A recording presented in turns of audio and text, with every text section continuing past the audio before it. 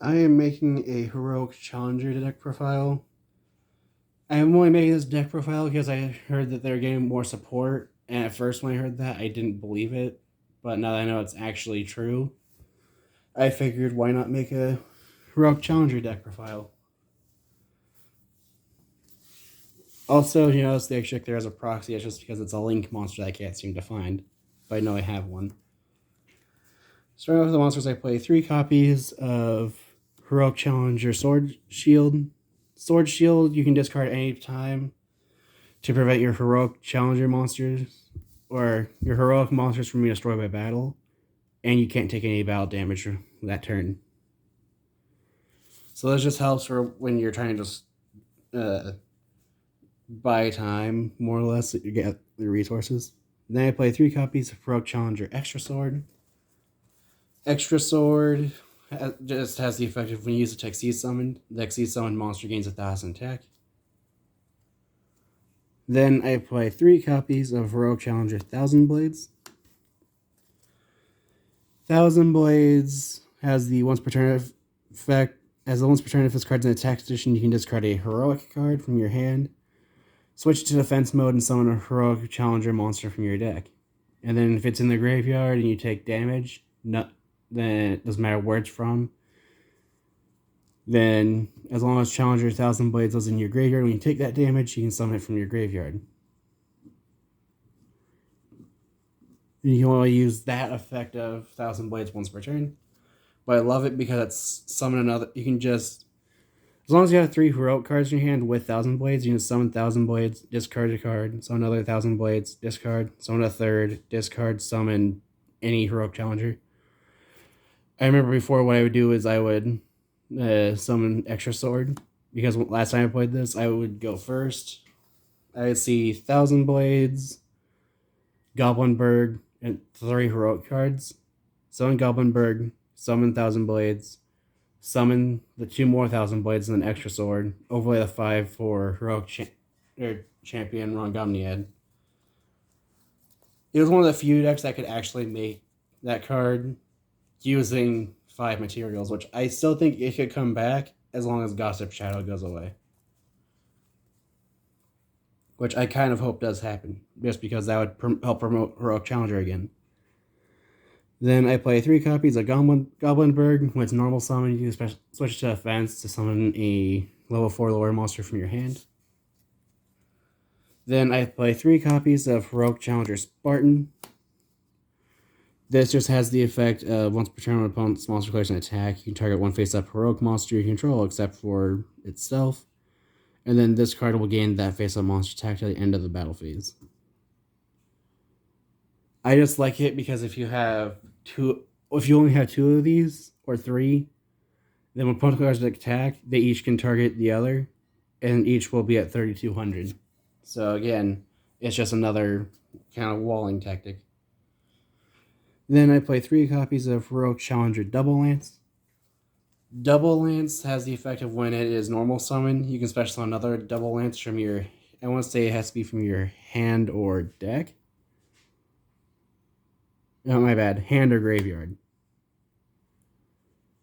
But it's just useful because it can be a 1 card rank 4. Then to finish off the monsters, I play 3 copies of Heroic Challenger Assault Halberd. Halberd's a free summon as long as your opponent controls a monster and you don't. And if it destroys the monster in battle, you can search your deck for any heroic. It has to be a heroic challenger. My bad. Searches your deck for any heroic card. And then if it attacks the monster in defense position, inflicts piercing battle damage. Then moving on to the spells, I play the 1 copy of Symbol of Heritage, which now I think about it may not be the best. I know it is. But literally, Symbol of Heritage, Metal Silver Armor, Different Dimension Reincarnation, and then 2 copies of Living Fossil. These 5 equipped spells are just discard fodder for Isolde, 2 Tales of the Noble Knights, just so you can summon level 4 Heroic Challenger from your deck. So I only put these in because these 3 are revivals. This can summon a banished thing if needed. And then I'm only playing Metal Silver Armor because I don't have the Phoenix Sword or Phoenix Blade. Otherwise, I'd be using that. But continuing with the spells, I play 1 copy Raigeki just for board or monster destruction. RP's Feather Duster for spell trap destruction because this is it's supposed to be a blind go second deck, but it's currently still being tested with. So I can figure out what I can and can't take out for things like hand traps and Dark Ruler no more. But then I play Called by the Grave, deal with hand traps, or destroy Phoenix Enforcer. Monster Reborn just because it technically is an extender in this deck. Reinforcement of the Army, since this is a warrior deck, just add any of your warriors from deck to hand. Then I play 3 copies of Pot of Avarice, just so I can recycle some of my resources if I need to. Although, another thing about Pot of Avarice will probably come out for 3 copies of Dark Ruler no more. Just because if you can break your opponent's board, then they probably won't be able to make a follow-up. Then I play 3 copies of Magnum Shield.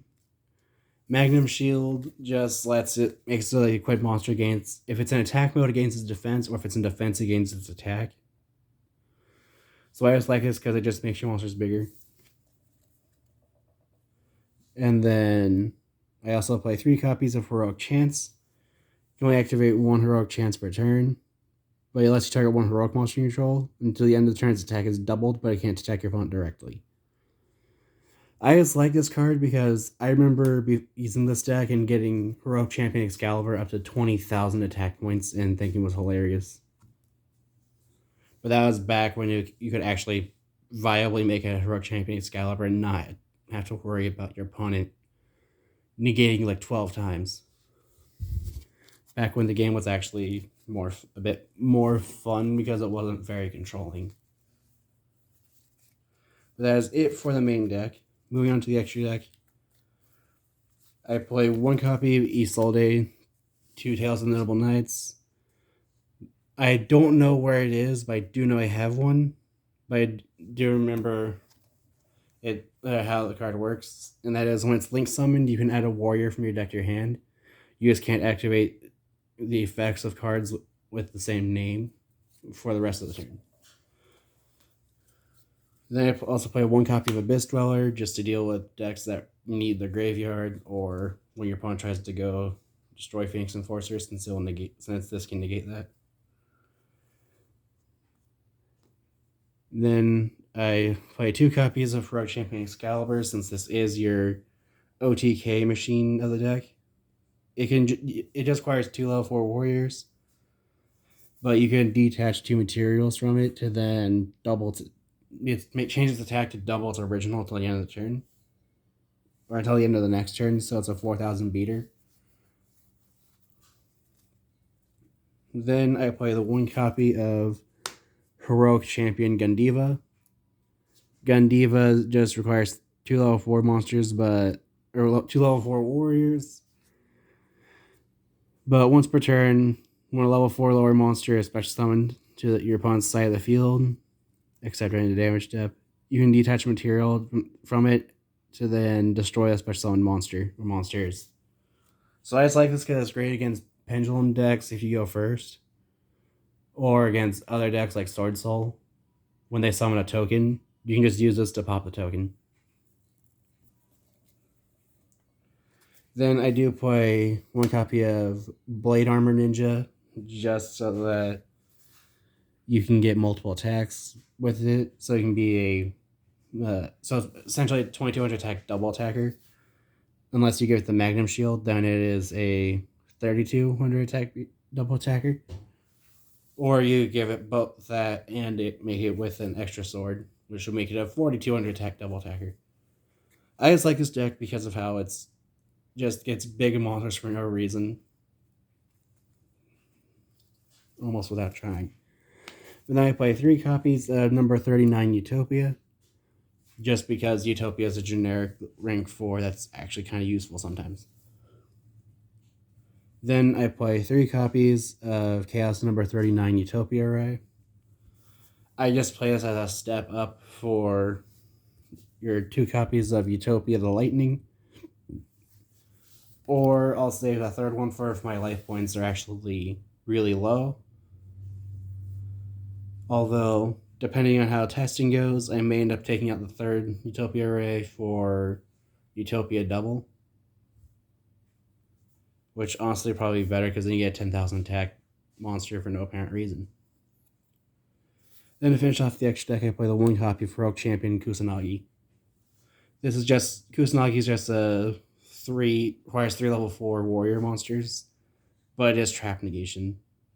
So typically if I can make it Kusanagi, I will, just to deal with cards like Evenly Matched or Infinite Impermanence. But if I remember correctly, after he negates a trap, Kusanagi also gains 500 attack points, so he gets bigger after negating the activation of a trap card.